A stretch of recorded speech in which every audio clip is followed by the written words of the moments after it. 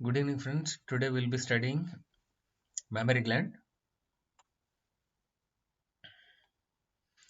It is located in pectoral region, well developed in female after the age of puberty. In male and prepubertal female, it is underdeveloped or rudimentary. In post-delivery period, the breast secretes milk for feeding the newborn.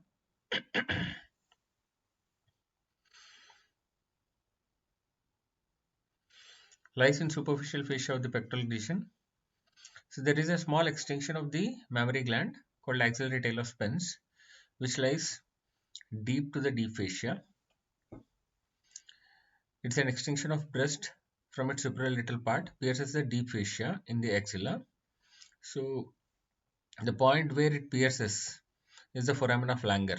It is the opening in deep fascia for tail of Spence.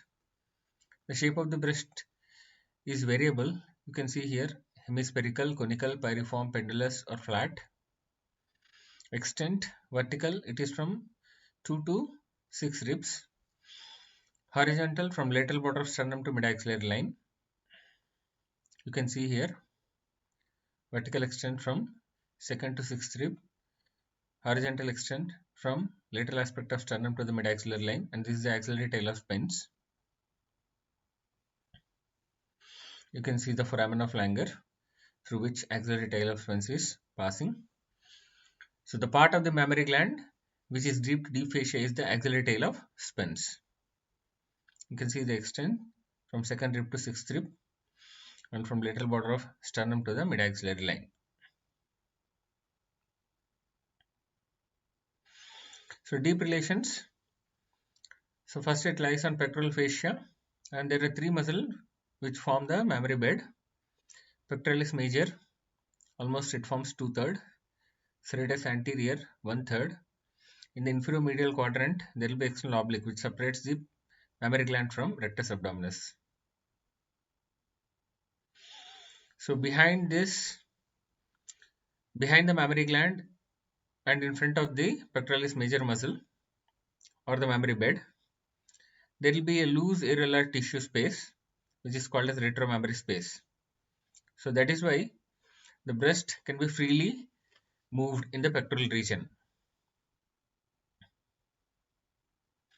You can see this is the pectoralis major, this is the serratus anterior, this is the external oblique aponeurosis forming the mammary bed. And you can see here, this is the retromammary space. This retromammary space allows the mammary gland to move freely in pectoral region.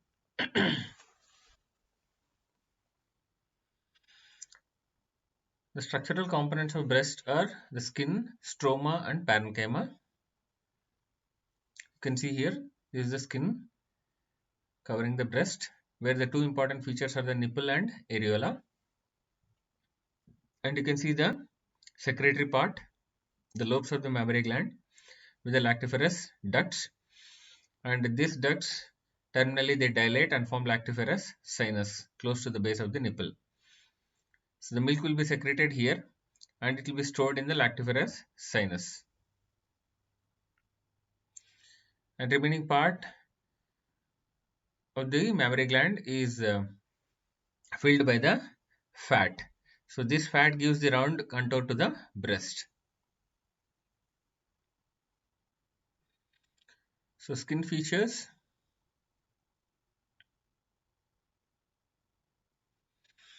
The first important feature is the nipple. It is a conical projection. It is located just below the center of the breast. So usually the location is in the fourth intercostal space, about 10 centimeters from the midline. So it might vary between 4 to 6 intercostal space. Pierced by 15 to 20 lactiferous ducts. Areola is a circular pigmented area that surrounds the nipple. Has numerous modified sebaceous glands that produce oily secretion. The skin of the nipple and areola is devoid of hairs. The color of the areola becomes darker during pregnancy. So if you see in a nulliparous woman, the color of the areola will be pink, whereas in case of multiparous woman, the color of the areola will be dark brown. Tubercles of Montgomery These are the enlarged modified sebaceous glands in the periphery of the areola.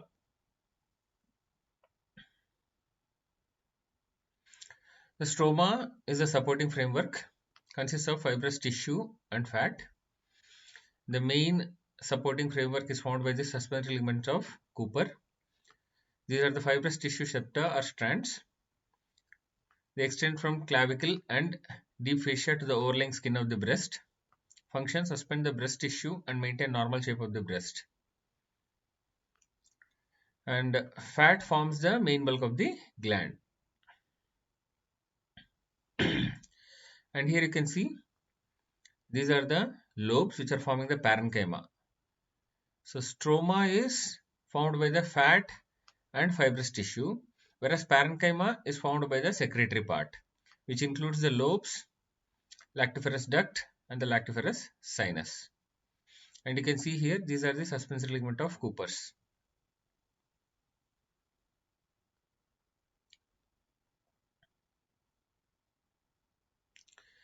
The parenchyma is the glandular tissue, forms the main mammary gland, modified sweat gland, consists of 50 to 20 lobes which are radially arranged around the nipple.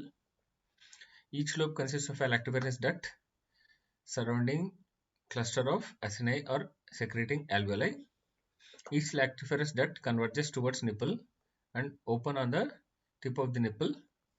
Lactiferous sinus is the dilatation of lactiferous duct near its termination. You can see here, this is the secretory acini or alveoli. They are opening into the lactiferous duct. So this is the dilated lactiferous sinus, which is opening into the nipple.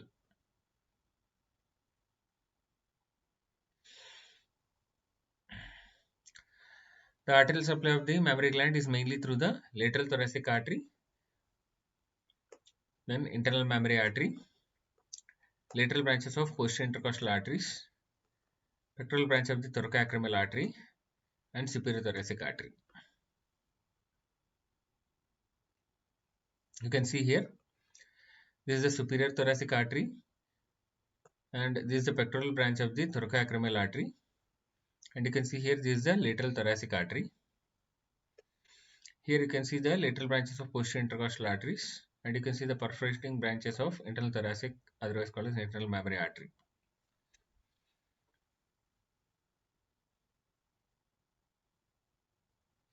So superficial veins drains into internal thoracic vein, deep veins drain into axillary and posterior intercostal veins.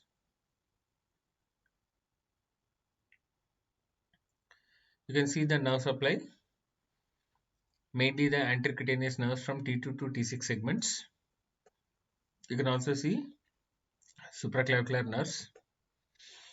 You can also see the lateral cutaneous nerves from T3 to T6 segments. So mainly they will be supplied by 2nd to 6th intercostal nerves. So lymphatic drainage of breast divided into two groups, superficial and deep. Superficial lymphatics drain the skin over the breast except the nipple and areola.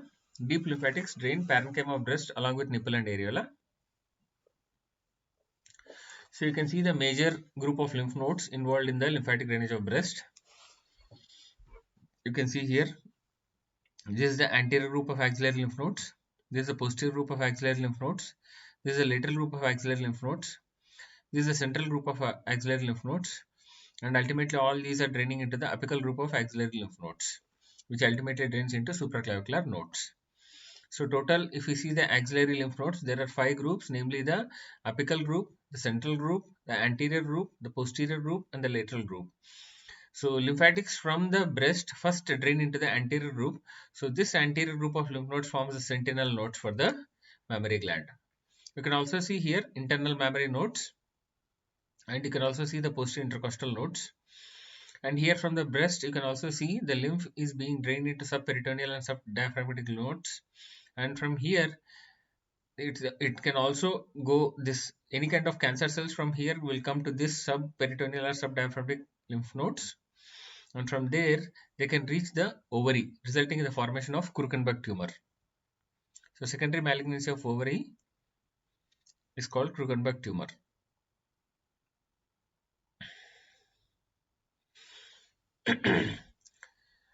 So special importance, subareolar plexus of Sape. So plexus of lymph vessels deep to the areola. These drain into anterior group of axillary lymph nodes. So previously, for lymphatic drainage, the breast was divided into 4 quadrants: upper lateral, upper medial, lower lateral, and lower medial.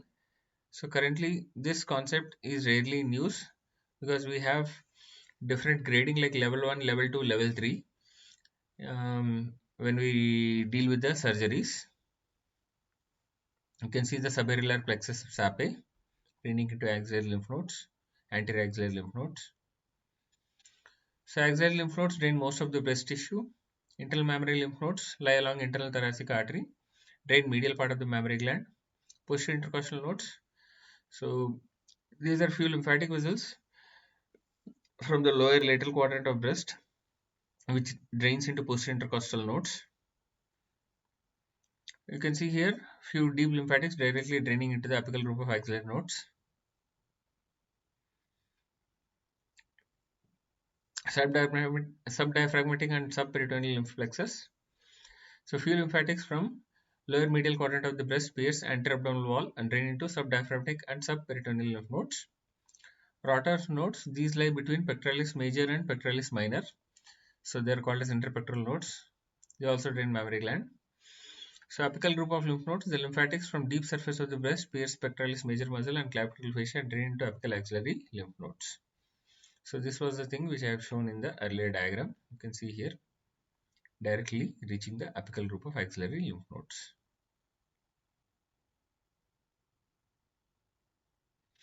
So surgically, we classify this lymph nodes draining the mammary gland into 3 levels: level 1, level 2, and level 3.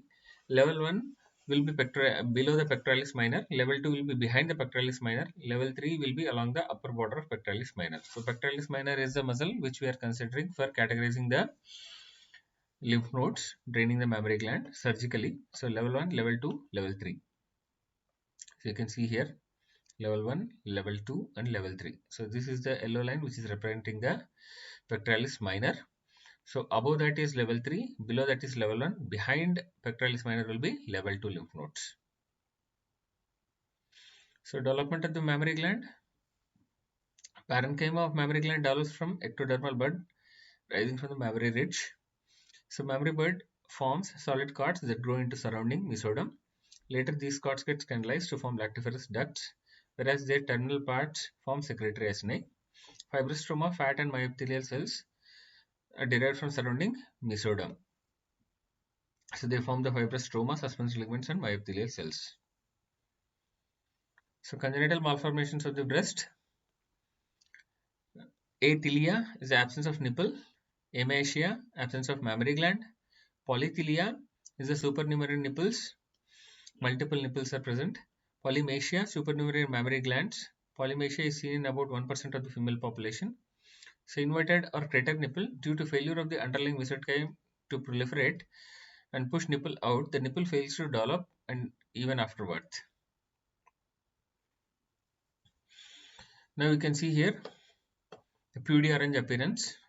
The cancer cells spread and obstruct superficial lymphatics, resulting in edema of skin, which results in pudy orange appearance. This appears like a skin of an orange fruit. So gynecomastia, unusual enlargement of the male mammary gland is called as gynecomastia.